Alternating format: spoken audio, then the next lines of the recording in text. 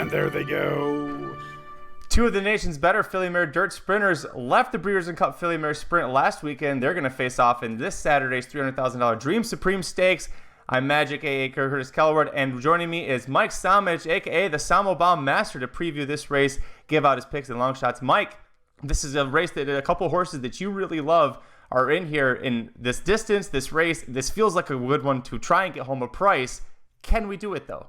I mean, it's tough. You got to think that the connections on both Sconson and Bell's the One, who are going to be your two favorites in this race, are regretting not facing Gamine last week. I mean, you look at the trip that Cece got and the pace that was in that race.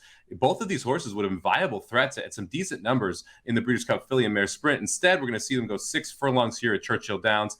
It's one of those situations where I think you really have to take a stand with one versus the other. For me, I think Bell's the One is the better filly here. Sconson has a couple of big wins, but when you've seen both of them run well, Bell's the One has been the horse that's able to beat Sconson. So in my multi-race tickets, I'm going to play Bell's the One. I'm going to leave Sconson off. I also think Bell's the One is probably your most likely winner here, but I agree with you.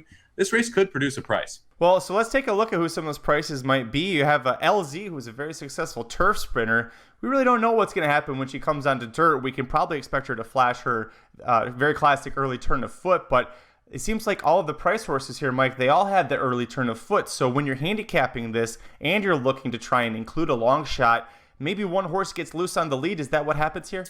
That's how I think you can find a price, to be honest with you. We always talk about pace duels and pace setups.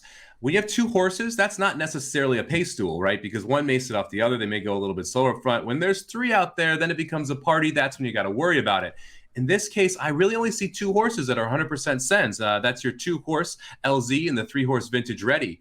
For me, I'll take that turf speed on LZ at 8-1 and go for that horse. Not only because we have the turf speed, but we also have the inside speed. So for me, 8-1 on LZ is probably the price play of the group. If you want kind of those middling plays, I don't think Frank's Rockette is a bad price either. Frank's Rockette, if she can get back to that form she showed as a 3-year-old, is just as good as Bell's the One and Sconson. So I think she's a nice little add-on there at 9-2 as well. So maybe we can try and get a trifecta home here, get Bell's the One over LZ and Frank's Rockette, and see if we can get a decent little payout on the try. Well, one thing's for sure, this is going to be yet another chapter in that really great rivalry between Bell's the One and Sconson. We're happy to see them keep going, and hopefully we'll see them keep this going again in 2022. They're just a lot of fun when they race against each other. Thanks for joining Mike and I to go over this race. If you want more insight, head over to racenews.com. Go to youtube.com/racingdudes. Click like if you like this video. Click subscribe if you really like it. Tell all your friends, and hit the notification bell so you never miss a show.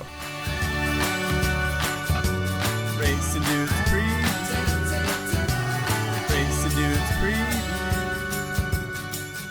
And there they go.